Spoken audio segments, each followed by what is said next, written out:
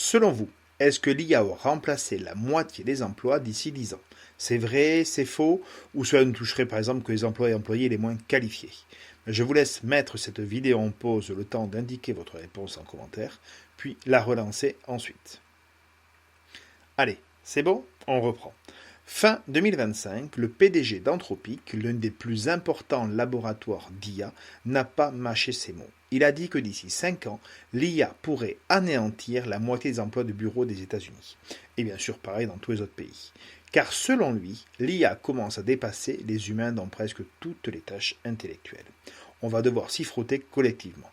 Pour d'autres personnes, comme par exemple Luc Ferry, l'IA est censée remplacer la plupart des emplois et les patrons de la tech, de peur que les peuples se soulèvent, voudraient même mettre un revenu universel en place. Vous savez, le revenu universel si cher à Benoît Hamon. Mais en plus confortable, pour que l'humain puisse ainsi se consacrer à autre chose, puisse progresser aussi bien intellectuellement, spirituellement ou autre, au lieu de régresser. Mais pour ça, il serait peut-être déjà intéressant de comprendre ce qu'est l'IA, ce qu'elle peut faire, comment s'en servir, connaître ses points faibles et ses points forts, et surtout se décider à savoir comment vous voulez l'utiliser. Est-ce que si vous deviez traverser une route, et en l'occurrence, ça ne serait pas pour trouver un emploi, comme dirait notre révéré président, puisque l'IA risque de le faire à votre place.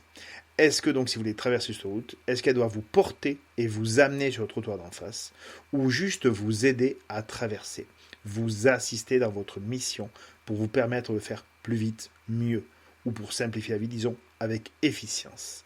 Car c'est bien là le grand problème. Doit-elle faire à notre place ou doit-elle nous aider à faire? C'est justement ce que nous allons voir sur notre chaîne YouTube L'informatique vous rendra libre, dans notre prochain cycle de 3 ou 4 vidéos destinées à bien comprendre ce qu'est une IA. Dès la semaine prochaine, je vous invite à regarder notre premier volet, l'IA épisode 1. Qu'est-ce qu'une IA? Ouais, je sais, Georges Lucas a commencé l'épisode 4, mais je ne suis pas Georges Lucas et je n'ai pas son talent. Donc je vous dis à la semaine prochaine sur l'informatique vous rendra libre pour ce premier épisode.